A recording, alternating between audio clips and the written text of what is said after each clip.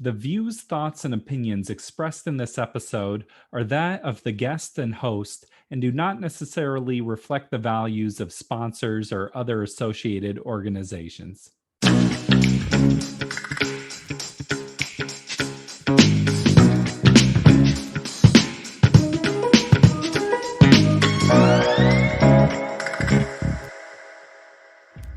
Welcome to the Parental Compass by Family Education and Support Services. I'm your host, Bobby Williams. Please subscribe to the show. I also want to know, what do you think? The way that you can let us know that is by leaving us a review. It's a small thing that really means a lot to us. I am a huge proponent of helping young people to develop a passion. What is that activity in their life that gives them a sense of purpose? With that comes questions, though. How do you help them find that thing? What about when that thing becomes boring or challenging? Is there a way that you can help them to develop more grit? Or is it time to let go and let them try something else? We get into all of those questions and more with today's guest, Dr. Melanie McNally. Dr. Melanie is a clinical psychologist. She is also a life coach for adolescents, tweens, teens, and young adults. You can learn more about Dr. Melanie's work and even schedule an appointment with her by going to destinationu.com. We cover a lot of ground in this interview. Let's get into it. There's so much stimulation that happens on a screen. And just to preface it, I'm not anti-tech at all, but there is so much stimulation that happens on a screen, whether you're scrolling or gaming or watching a video, that the real world can't compete. And so especially a kid, when they're on there and they're just getting all of that stimulation, and then they go and they try and play outside, or maybe they try and read, there's not that stimulation that they're getting from a screen. And so of course they're going to want to go back to the screen because that's what their brain is craving. It's craving all those dopamine dumps. It's just more fun than real life. Yeah. Well, then how do we combat the screens or get them engaged in doing things? Well, getting them engaged in things, so limiting the amount of screen time that they have at home, having periods of time where there are no screens used in the house by anyone. So whenever I'm working with parents, I always recommend and you can start small. So if you're in a house where everyone's on screens constantly, you could start with 15 minutes, where 15 minutes a day, no one's on a screen. And then you kind of gradually increase that time to help their brain get used to that discomfort and that feeling of boredom that kind of pops up, or that understimulation. The screens sound like they're just a first step towards finding the passion. So you limit the screen time. What do you do next to get them out there? So we want to think of, when we think of passion, we have to start with, or when we think of even overall purpose, we want teens and young adults, we want them to have some sense of purpose in life. So we want to start with finding passion or even curiosities. And curiosity fuels passion, which then fuels purpose. So we can encourage kids to explore things that they're curious about without any strings attached. So just letting them kind of follow it and not making it into a huge thing where, oh, you like playing baseball in the yard, let's get you on a team, but just letting them kind of explore that and see where it leads. That's a really good first step, is just letting them get curious. And, and when we're not on screens, we have more time to be curious. So then, okay, they get curious. They're just trying out different things at home. Is it just a matter of signing them up for different classes at that point, or? Well, it's helpful if parents can start to point out any themes or intersections that you notice. So if you notice that your kid is really into nature, you might say, wow, you're spending a lot of time outdoors. Or maybe your teen loves listening to music and they're starting to strum a little bit on the guitar. You might point that out, wow, it seems like you're really interested in learning as much as you can about music. So you're helping them notice like any intersections, themes, any overlaps, having them, and then encouraging them to spend more time in those interests. So whether it's like reading articles about it or books about it, maybe watching a TED Talk on the topic, using that particular interest for like a classroom project. So now you're kind of like building on the curiosity, you're adding this other kind of layer of depth to it. And then once they're showing that they're sticking with it, they haven't gone on to something else, then you can start to talk about like what they're learning and how you notice the curiosity sticking, you're going deeper with it. And now you're talking about maybe taking lessons or joining a team or going to a camp on the topic. And so it's just kind of like gently adding the layers to it. Not overdoing it, just letting it build over time. Yeah, exactly. I work with a lot of youth who've been through trauma, and oftentimes they're just, they're dealing with a lot of depression. And so it seems like if you just are low energy all the time and not very motivated, it's hard to figure out passions. Hmm. For sure. And that can be really tough. And so that's why you want to just start with what they're curious about, and starting in that very first phase. And if somebody is dealing with depression or they're dealing with trauma, knowing that it might take them a little bit longer, because first they need psychological safety in order to get curious, in order to find what they're passionate about.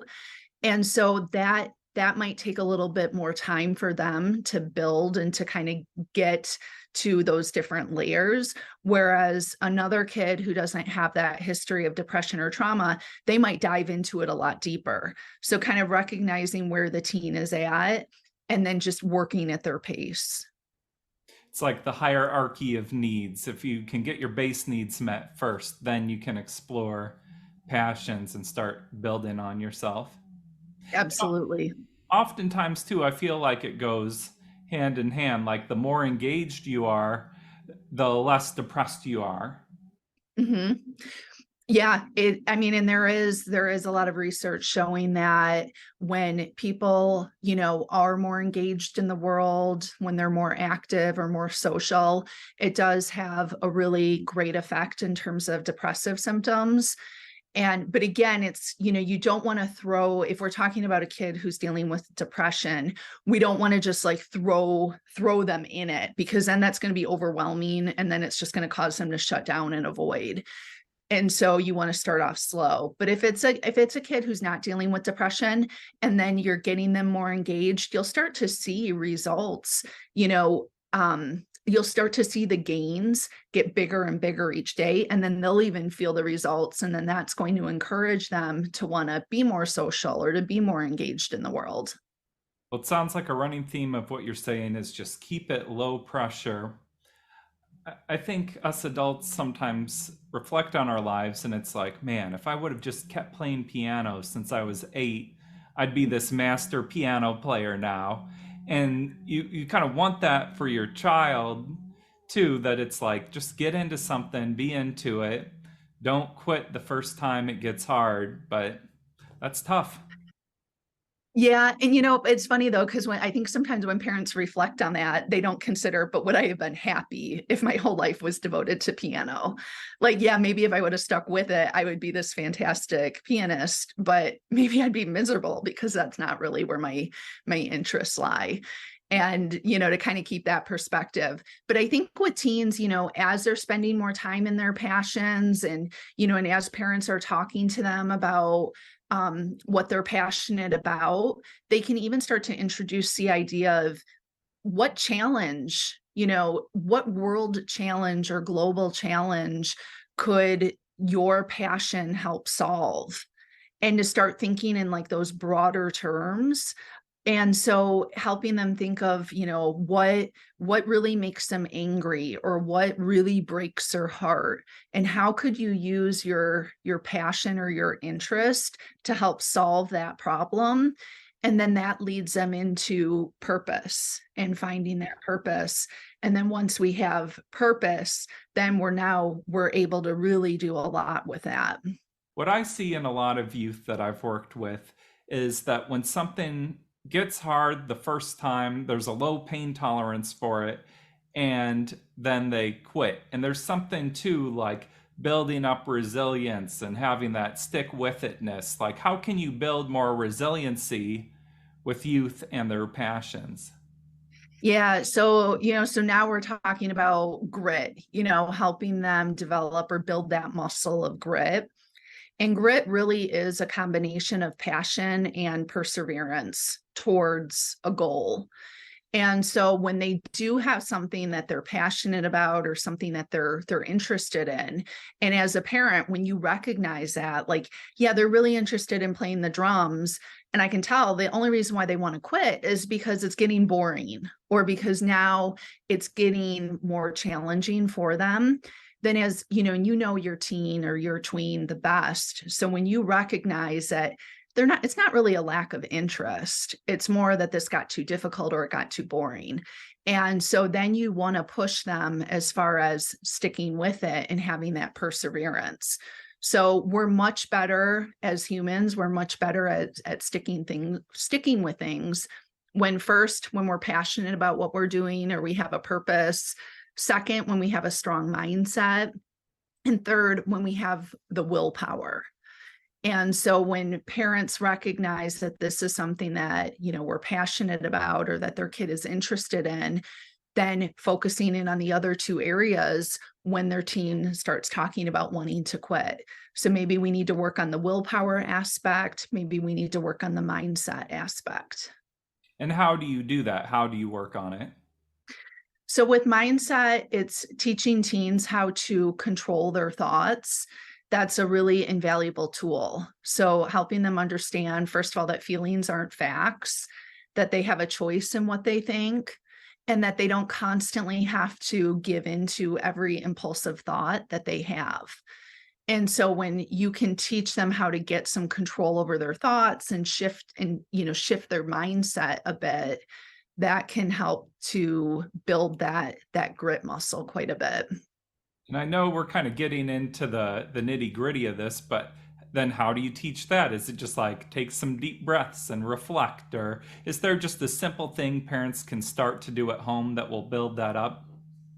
Yeah. So first of all, modeling thought control is always the best because especially with teens, they are learning a lot more through example that as opposed to like lecture or conversations.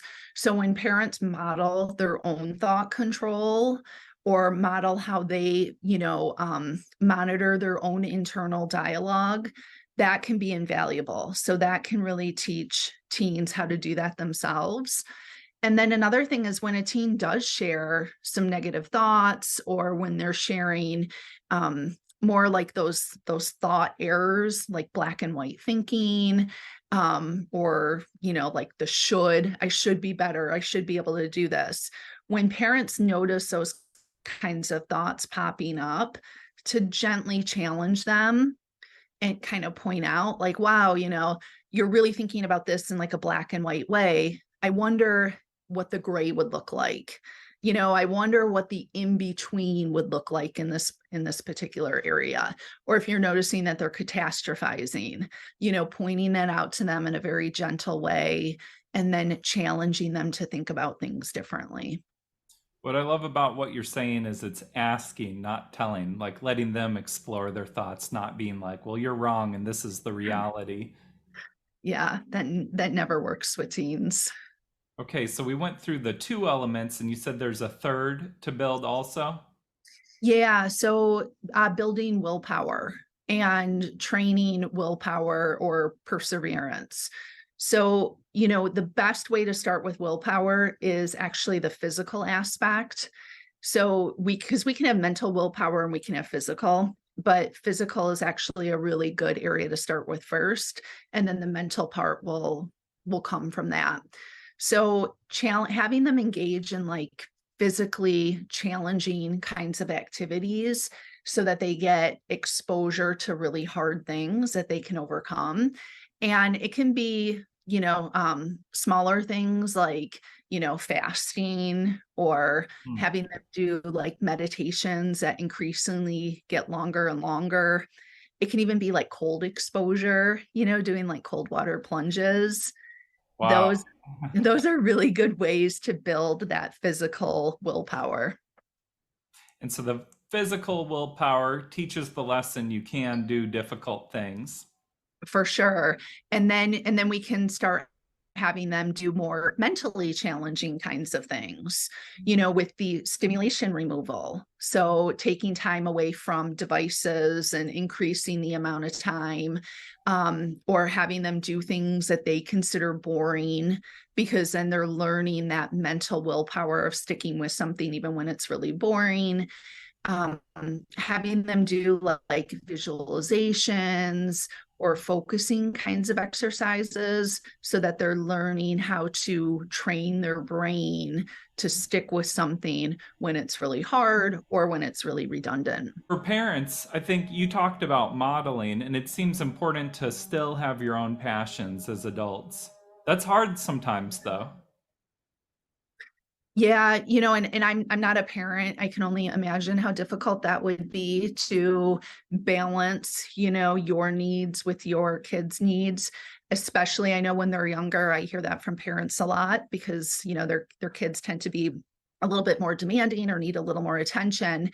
But then maybe as the child ages and they start to become more independent and to do things on their own, that's a really good time for the parent to use that time to start to build some of their own interests, some of their own passions, to have hobbies. It's so healthy for parents to have hobbies and interests that are completely outside the family.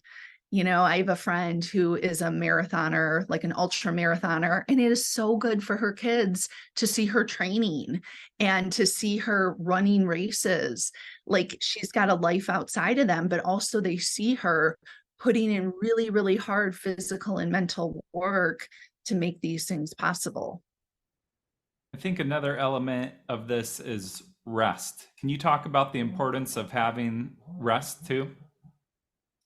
Yes, that is huge because like we talked a little bit earlier about having those foundational pieces in place, we think of rest and sleep, that's recovery. Our brain needs recovery, our bodies need recovery.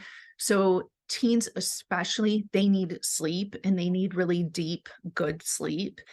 Um, and that's why it's important not to be on screens right before bed, so their brain has a good time to shut down and start to decompress.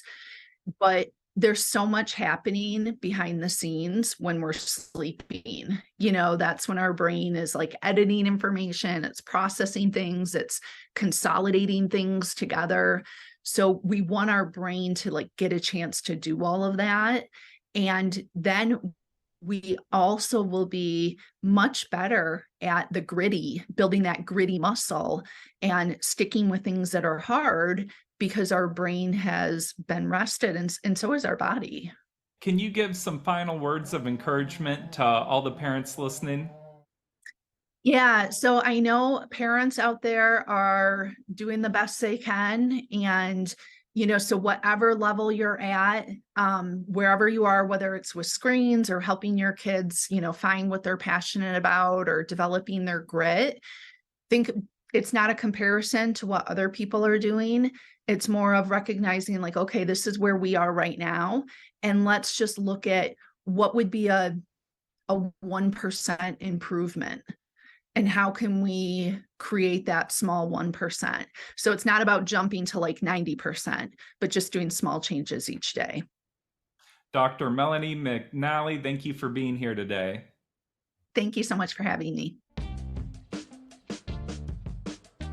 Thank you, Dr. Melanie McNally, DestinationU.com. Schedule an appointment with her, learn more about the incredible work she is doing. This has been the Parental Compass by Family Education and Support Services. I'm Bobby Williams. We'll see you next week. Peace.